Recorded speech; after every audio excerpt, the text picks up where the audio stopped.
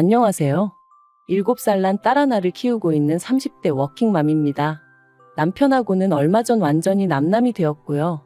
솔직히 좋은 이야기도 아니다 보니 어디서부터 어떻게 시작해야 하나 감이 잘 안 오긴 하는데, 그래도 한번 그간 살아온 날도 돌아볼 겸 제 이야기 좀 해보겠습니다.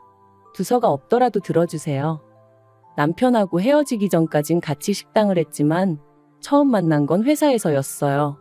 원래는 서로 다른 부서에서 근무하다가 남편이 저희 부서로 오면서 가까워졌네요. 그렇다고 특별한 계기가 있었던 건 아니고 지금 생각해보면 매일같이 부딪히다 보니 정이 들었던 것 같아요.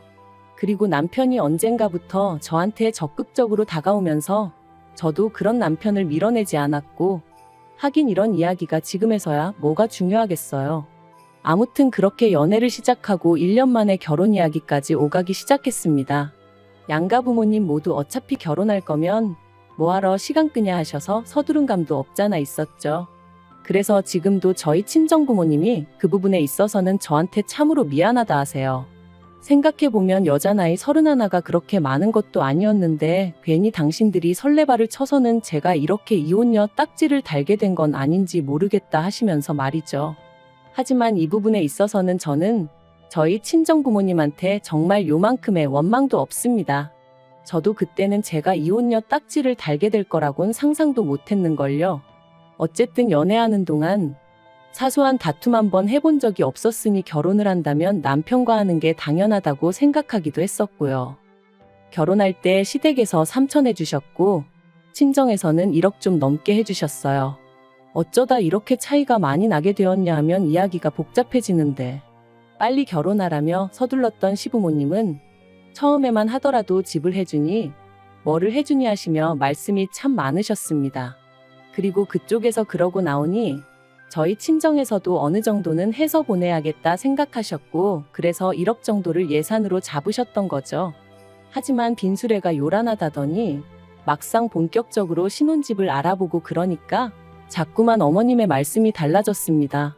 처음엔 역세권까지는 아니더라도 번듯한 아파트 한 채는 사주겠다고 하셨다가 급하게 구할 필요가 있냐 하시면서 일단은 전세로 살면서 좋은 매물이 있는지 보라고 하시더니 나중에는 전세보단 속편하게 월세가 낫겠다 하시고, 그러다 나중에는 3천만 원을 해줄 테니 이걸로 일단 월세 보증금을 하랍니다.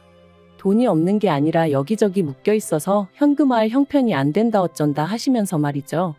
그리고 물론 시부모님 재산인 만큼 제가 이러쿵저러쿵 할 것은 못 되었지만, 그래도 기대와 실망이 반복되니 나중엔 그냥 시부모님 입에서 집 얘기가 나오는 그 자체가 짜증이 나더라고요. 뿐만 아니라 그럴 때마다 이번엔 어떻게 친정부모님께 상황을 알려야 하나 싶은 게, 그래서 아닌 게 아니라 파혼 이야기가 나오기까지 했었습니다. 그런데 그때 저희 남편이 저희 친정부모님을 찾아와 무릎 꿇고 아주 맹세를 하더라고요. 자기도 이번에 자기 부모님이 이런 분들인지 처음 알았다 하면서 앞으로 사는 동안엔 절대로 이런 일은 없을 거다. 자기를 믿고 저를 보내달라. 남부럽지 않게 살게 해줄 거다. 그리고 저희 친정아버지 말씀이 그 당시에는 그래도 저희 남편 눈에서 불타오르는 열정과 진심 그런 걸 보셨답니다. 물론 지금은 당신이 뭐에 홀렸던 것 같다 하시지만요.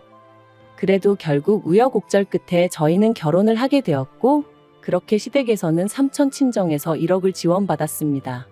그래도 저희 시부모님 특히나 어머님 어찌나 의기양양하시던지 계속 하시는 말씀이 없어서 안 해주는 게 아니라 상황이 안 따라주는 거라면서 말이죠. 그런데 그때는 저도 기대할 게 아예 없었기에 네 하고 그냥 한 귀로 듣고 한 귀로 흘렸어요. 그냥 저는 저대로 남들 하는 만큼 며느리돌이만 하자고 마음을 먹었고요. 그러다 제가 결혼한 지 3년 만에 어머님한테 아주 질려버리게 된 일이 있었으니, 그건 바로 저희 친정아버지가 저에게 출산 선물로 차를 사주셨을 때였습니다. 친정아버지께서 애가 태어나면 어쨌든 집에 큰 차 한 대는 있어야 한다 하시면서 차를 한 대 사주겠다 하셨거든요. 그리고 저는 처음엔 정말 극구사양했습니다.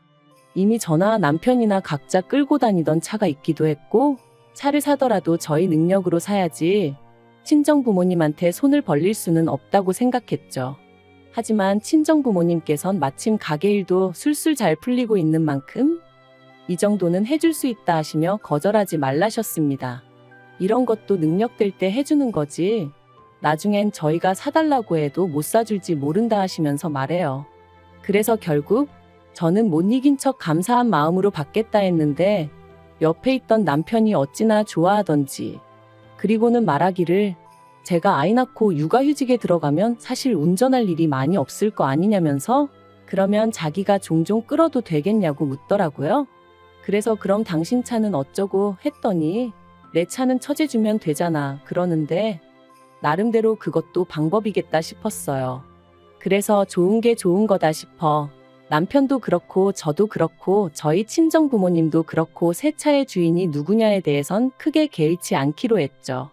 그런데 정작 어머님께선 남편 차를 어떻게 처리할지를 두고 어떻게 당신과 상의 한마디 하는 사람이 없냐며 크게 화를 내셨습니다.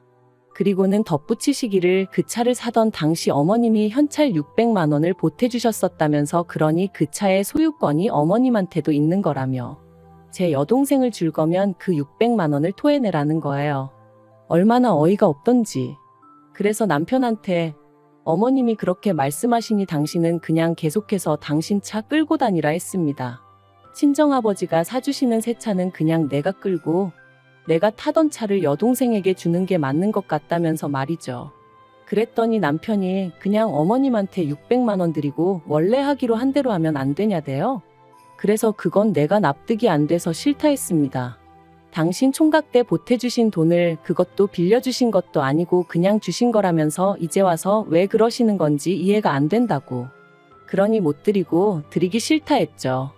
그랬더니 남편이 그러지 말고 용돈 드린다 생각하면 안 되겠냐는데 거기서 짜증이 팍 나더라고요. 솔직히 이렇게까지 비교는 안 하려고 했지만 남들은 며느리가 임신했다고 용돈 주고 애 낳을 때 되면 산후조리 비용도 대주고 그런다던데 저희 시부모님은 그런 거 제 앞에서 입도 뻥끗 안 하셨어요. 그래도 뭐 사람마다 사정이 다른 거니까 그러려니 했지 서운한 기색 단 한 번도 내비친 적이 없었거든요. 그런데 이제 뭐 돈까지 내놓으라 하니 제가 기분이 어땠겠어요? 그래서 남편더러 그런 뻔뻔한 소리는 좀 하지 말라고 했습니다. 임신 내내 좋은 것만 보고 좋은 것만 들으려고 노력했는데 막판에 어머님이나 당신 때문에 스트레스 받기 싫으니까 조심 좀 하라면서 말이죠. 그랬더니 남편도 더는 말은 안 했지만 생각할수록 어머님 심보가 어찌나 얄밉고 괘씸하던지 정말 그나마 그래도 남편을 세상에 있게 해주신 분이니 잘해드려야지 했던 마음이 아주 산산조각이 나는 기분이었네요. 그리고 한편 지금으로부터 3년 전 저는 고민 끝에 퇴사를 했습니다. 쉬운 결정은 아니었지만 코로나로 인해 친정 부모님의 가게가 휘청이기 시작했고 회사는 회사대로 인력 감축이다 뭐다 말이 나오기 시작했는데 저랑 남편은 사내부부다 보니 이래저래 불안한 말들이 들려오더라고요. 참고로 회사가 규모가 크지 않다 보니 듣고 싶지 않아도 들려오는 이야기들이 많았죠. 아무튼 그래서 고민 끝에 제가 회사를 나왔습니다. 그리고는 그간 친정부모님이 운영하시던 가게를 어떻게 하면 보다 효과적으로 운영해 나갈 수 있을지 고민하면서 친정어머니랑 같이 신메뉴를 개발하고 정말이지 눈코 뜰 새 없이 바쁜 나날들을 보냈던 것 같아요. 그리고 다행히 정말 고생 끝에 낙이 온다더니 코로나가 잠잠해지기 시작한 무렵부터 조금씩 가게의 분위기가 달라지는 게 느껴졌습니다. 소위 흐름을 타는 게 느껴졌달까요? 젊은 사람들 사이에서 맛집으로 꼭 한번 가봐야 하는 집으로 입소문이 나기 시작하면서 언젠가부턴 가게가 문을 열기도 전에 사람들이 와서 줄을 서기 시작하대요. 그리고 얼마 지나지 않아서 여러 업체들로부터 프랜차이즈로 한번 키워보지 않겠냐는 연락까지 오기 시작했고요. 그리고 가게 상황이 이렇자 하루는 남편이 제 눈치를 살살 보더니 자기도 회사를 관두고 저희 가게 일을 도우면 어떻겠냐 물어왔습니다. 솔직히 처음엔 당황스럽기도 하고 남편의 그런 제안이 탐탁치 않았던 게 사실이에요.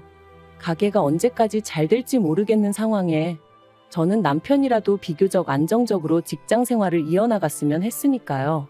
하지만 남편은 저더러 저도 직장 생활을 해봤으니 자기 기분을 알 거 아니냐며 언제까지 남 밑에서 일만 해야 하냐고 자기도 뭐 주체적으로 일을 하고 싶다나요?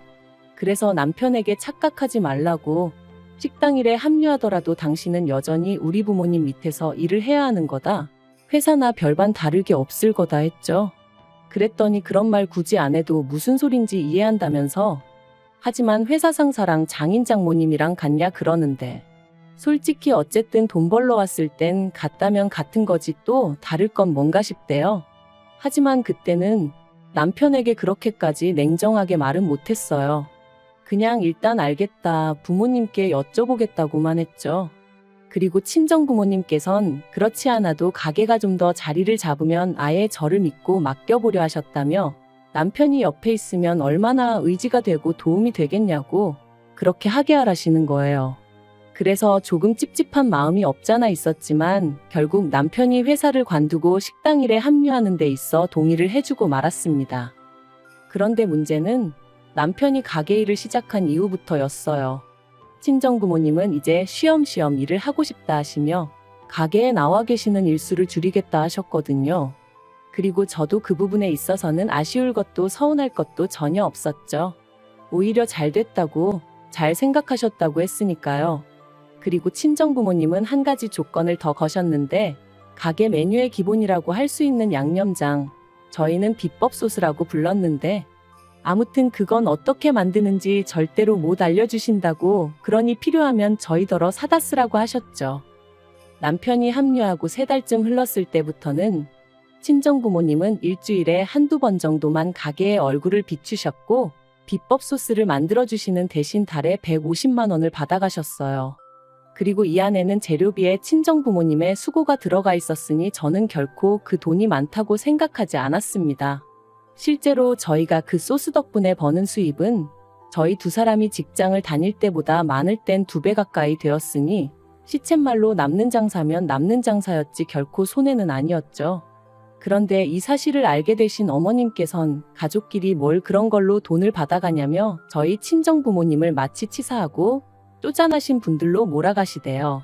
그뿐만이 아니었습니다. 저랑 저희 부모님 때문에 졸지에 당신 아들이 부엌대기가 되었다며 마음에 안 들어 죽겠다고 어디 가서 말도 못한다 하시면서 말이에요. 그리고 이런 말씀을 하시는 와중에도 저희한테 이거 해달라 저거 해달라 요구하시는 건 또 어찌나 많으셨는지. 솔직히 저희 친정부모님의 비법 소스 덕분에 돈을 벌었으니까 그 돈으로 어머님이 좋아하시는 이것도 해드리고 저것도 해드릴 수 있었던 건데 그런 건 또 전혀 생각을 안 하시는 눈치였어요. 지금 생각나는 대로 하나둘 하소연을 하다 보니 좀 두서가 없긴 한데 따지면 따질수록 저희 어머님은 정말이지 당신 입장밖에 모르시는, 그 와중에 주제 파악은 안 되시는 분이셨네요. 그래서 결국 올해 초 남편에게 수익 구조를 다시 정하자고 말을 꺼냈습니다. 남편은 월급제로, 그리고 친정부모님께는 비법 소스를 만들어주시는 거 외에 제가 그 비법 소스에 대한 사용료를 드리겠다 했죠. 간단하게 용돈을 더 드리겠다 하지 않았던 건 그럼 보나마나 시부모님 특히나 어머님께서 가만히 계실 리가 없었기 때문이고요. 그랬더니 남편이 자기가 왜 월급제냐며 화들짝 놀라더군요. 그래서 솔직히 당신이 나와서 하는 게 뭐가 있냐고, 주방에서 일을 하기라냐, 그렇다고 요리를 할 줄 아냐, 와서 내내 카운터만 지키고 있고 어쩌다 손님 테이블 치우는 거 거드는 정도만 하지 않냐, 그런데 왜 당신하고 나하고 수익을 반반 나눠야 되냐고, 그건 말이 안 되는 것 같다고요. 그리고 걸핏하면 우리 부모님한테 돈 드리는 거 가지고 어머님이 감나라 배나라 하시는데 솔직히 듣기 무척 거북하고 짜증난다 했습니다. 그러니까 앞으로 어머님한테 드리는 용돈도 당신이 당신 월급에서 알아서 챙겨드리라고도 했죠. 그랬더니 이제 정말 난리가 났습니다. 가뜩이나 자기한테 장부를 투명하게 오픈하지 않는 것도 섭섭했고 자기가 봤을 땐 그 비법 소스인지 뭔지 원가는 50만 원도 안 들 것 같은데 제 성격에 그런 거는 하나도 따져보지도 않고 그냥 장인 장모님이 150달러니까 그만큼 주는 거 보고 솔직히 자기가 저한테 너무 실망을 했대요. 반대로 그게 자기 부모님, 그러니까 시부모님이 그랬으면 제가 그렇게 대충 넘어갔겠냐면서요. 어이가 없었죠. 저희 부모님한테 가게를 받을 때 권리금도 한 푼 안 드렸어요. 제가 드린다고 했지만 친정아버지께서 딸한테 권리금을 받아서 뭐하냐며 용돈이나 잘 줘라 하셨기에 조금 넉넉히 챙겨드렸을 뿐이거든요. 그리고 이 전후 사정을 남편도 뻔히 다 알고 있었고요. 그런데 피는 못 속인다더니 누가 어머님 아들 아니랄까봐 자기한테 불리한 건 싹 다 잊어버리고 모른 척하고 그냥 자기 기억하고 싶은 대로만 기억하면서 상대를 나쁜 사람으로 몰아가니 말이 통하지가 않았죠. 그래서 제가 남편한테 진짜 당신같이 뻔뻔한 사람은 처음이다 내력이냐 했습니다. 그랬더니 남편이 저더러 가게 팔아서 반을 위자료로 달래요. 자기도 이런 대접받으면서는 못 살겠다나요? 하지만 그게 말이 되냐고요. 더 웃긴 건 자기도 어디 가서 뭘 좀 알아보고 왔는지 그렇게 대판 싸우고 며칠 뒤 그냥 협의 이혼하자더군요. 그래서 이혼했어요. 양육비는 안 받는 대신 남편이 못 만나가는 조건으로요. 그런데 어이없게도 이혼한 지 2달도 안 돼서 남편이 아주 깜찍한 짓을 저질렀습니다. 바로 저희 가게에서 신호등 하나만 건너면 되는 곳에 식당을 차렸거든요. 메뉴도 거의 똑같게 해서 말해요. 황당하고 어이없어 찾아가니 남편하고 어머님 둘이서 장사하고 있던데 손님은커녕 개미새끼 한 마리 없는 게 보기 딱해서 하마터면 제가 한 그릇 팔아줄 뻔했네요. 하지만 진짜 어처구니가 없었던 건 그 이후로 얼마나 지났을까?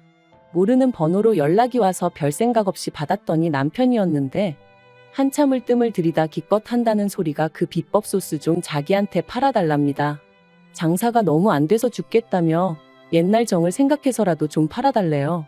듣는데 미쳤나 싶었죠. 옛날 정은 무슨. 너도 니네 엄마랑 머리 맞대고 죽기 살기로 연구를 해보라고 했습니다. 그리고 네가 망하든 말든 나는 관심 하나도 없으니까 괜히 나한테 전화해서 앓는 소리도 하지 말라고 했어요. 그런 거 한번 듣고 나면 힘 빠지고 괜히 하루 종일 재수 없다고요. 그러니까 저더러 지독한 여편내라길래 칭찬 고맙다 하고 전화 끊어버렸습니다. 그 나이 먹도록 아직도 세상사가 자기 뜻대로 풀리는 게 아니라는 걸 모르는 건지 한심할 뿐이에요.